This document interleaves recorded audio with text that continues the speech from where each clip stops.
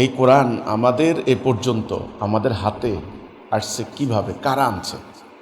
এটা আল্লাহ বলছেন আমার নূর, আমার জেকের। এটা নানানভাবে আল্লাহ উল্লেখ করেছেন। বাইয়েনা, এটাকে নিভাই দেওয়ার জন্য চেষ্টা করছিল কাফেররা। আল্লাহ বলছেন যতই চেষ্টা করুক লাভ হবে না, আমি আমার নূরকে উদ্ভাসিত করবই। তাহলে আজকে আমাদের মাঝে এই কোরআনটা যে আসলো, কিভাবে আসলো, কেমনে আসলো, এর একটা ইতিহাস আছে। এটা কেউ কিন্তু মনে রাখে না। এই মনে রাখার নাম জিকির। কোরআনের একটা আয়াত আছে, যারা জানে না তাদের থেকে জেনে নাও। এই জেনে নেওয়ার নাম, যারা জানে না মানে জানে, আহলে জিকির বলা হয়। আসলো একদল লোক, মোমেনা সাহাবি, তাদের অকল্পনীয় সংগ্রাম, কোরবানি, ত্যাগ, তাদের রক্ত দেওয়া, তাদের শাহাদাত, তাদের জিহাদ, যাদের যুদ্ধ ইত্যাদির বিনিময়ে এই সত্যটা এখন জাতির থেকে আউট।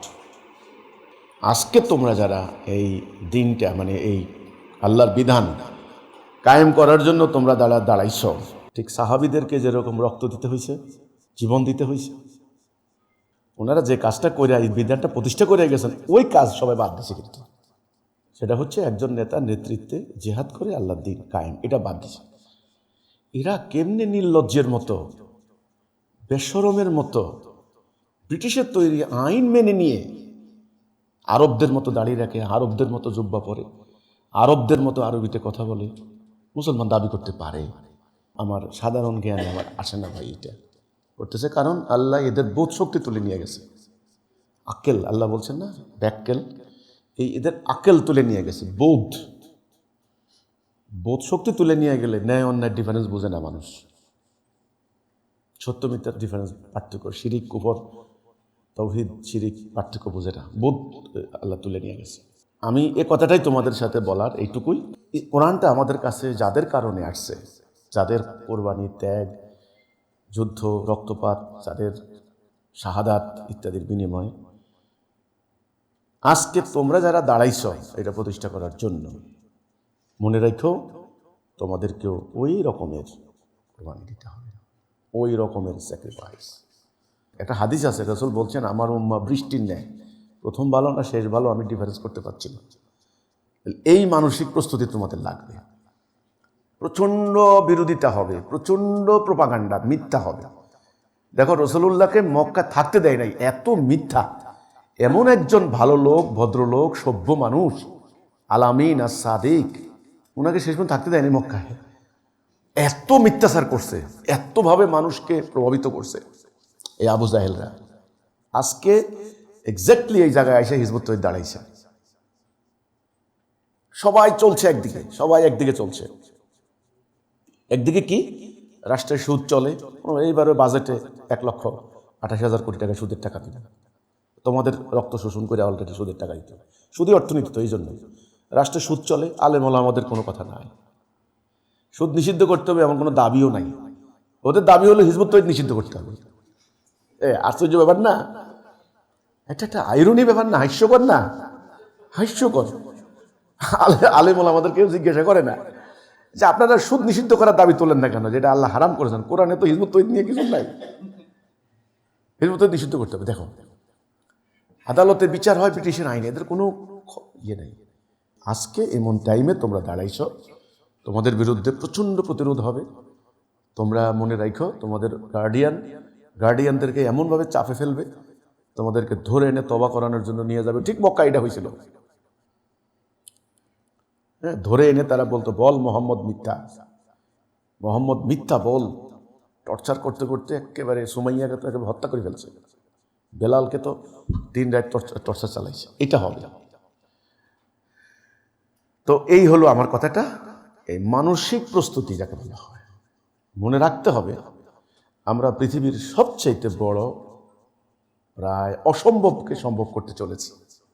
আল্লাহর এই বিধান কায়েম, এইটা করতে যাইয়া অতীতের সাহাবীদের যে দশা হয়েছিল, সামাজিকভাবে বয়কট, শারীরিকভাবে নির্যাতন, নিপীড়ন, হত্যা, আপনার ঘেরাও দিয়া তাদেরকে হত্যা করা, মারা, টর্চার করা, ঠিক এটা হয়েছে, তোমাদের হবে এটা।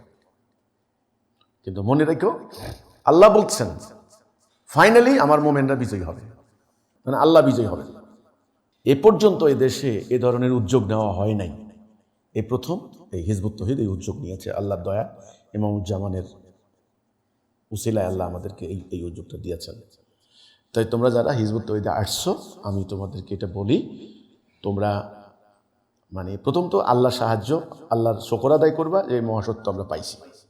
দ্বিতীয়ত মনে রাখবা, এই সত্য নিয়ে যারা দাঁড়ায় তারা তাদের এটা আছে, তাদের এই পরীক্ষার মধ্য দিয়ে তাদেরকে যেতে হবে। হ্যাঁ, তো এখানে আল্লাহ বলছেন হতাশ হবে না, হ্যাঁ, বিচলিত হবে না, আমি তোমার সাথে থাকবো।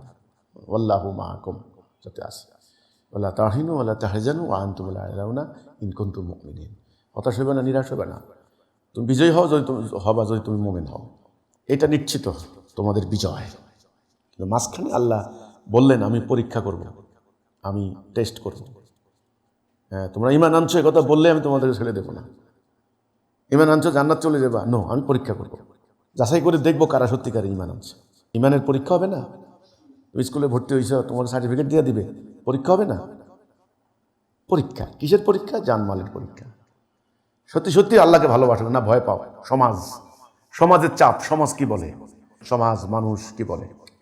তোমরা শারীরিকভাবে, মানসিকভাবে, আধ্যাত্মিকভাবে প্রস্তুতি নাও, আর সবর সবর সবর সবর সবর সবর। এখানে আমি একটা কথা বলে রাখতেছি, ওরা গালাগালি করে করুক, তোমরা পাল্লা গালাগালি দিবা না। আমাদের গালাগালি দেওয়ার দরকার নেই, ওদের তো আসলে আর কোনো আদর্শ নাই, গালি ছাড়া। আদর্শ আছে? আমাদের আদর্শ আছে, খালি আমাদের বক্তব্যটা জনগণের কাছে পৌঁছাই দাও, বাস।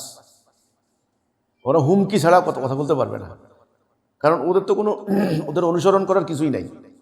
এখন হুমকি দিবে, খালি মাথা গরম করে তারা খালি আমাদেরকে মারবে, ধরবে, আগুন লাগায়, এই পাগল হয়ে গেছে। আল্লাহ বলছেন কোরআনে, শয়তান স্পর্শ দ্বারা পাগল করিয়া দেয়। শয়তান ওদেরকে স্পর্শ করিয়া দিয়েছে, তাই পাগল হয়ে গেছে এখন। কিন্তু তোমরা ঠান্ডা মাথায় স্থির বুদ্ধি নিয়ে, লক্ষ্য সামনে নিয়ে তোমরা কি করবা? আদর্শটা খালি প্রচার করো, খালি আদর্শ প্রচার করো। ওরা চেষ্টা করবে পানি ঘোলা করতে, ওরা চেষ্টা করবে মানুষের সামনে একটা কালো পর্দা ডেকে দিতে, বলে চেষ্টা করবে, শয়তান তো এটাই করে। তোমরা খালি লক্ষ্যে স্থির হয়ে সামনে আগাও, সামনে আগাও, সামনে আগাও, দেখবা তোমাদের বিজয় নিশ্চিত।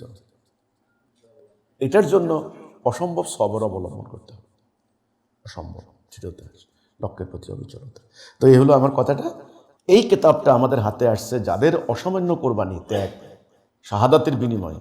আজকে তোমরা যারা এটা নিয়ে দাঁড়াইবা, ঠিক তোমাদেরও ওই কোরবানি, ওই ত্যাগ, ওই স্যাক্রিফাইস, ওই শাহাদাত, ওই জিহাদ, ওই সবর, ওটা লাগবে। হিজবুত তৌহিদকে আমি বলবো, তোমরা মানসিকভাবে, আধ্যাত্মিকভাবে, শারীরিকভাবে এই প্রস্তুতি গ্রহণ করো।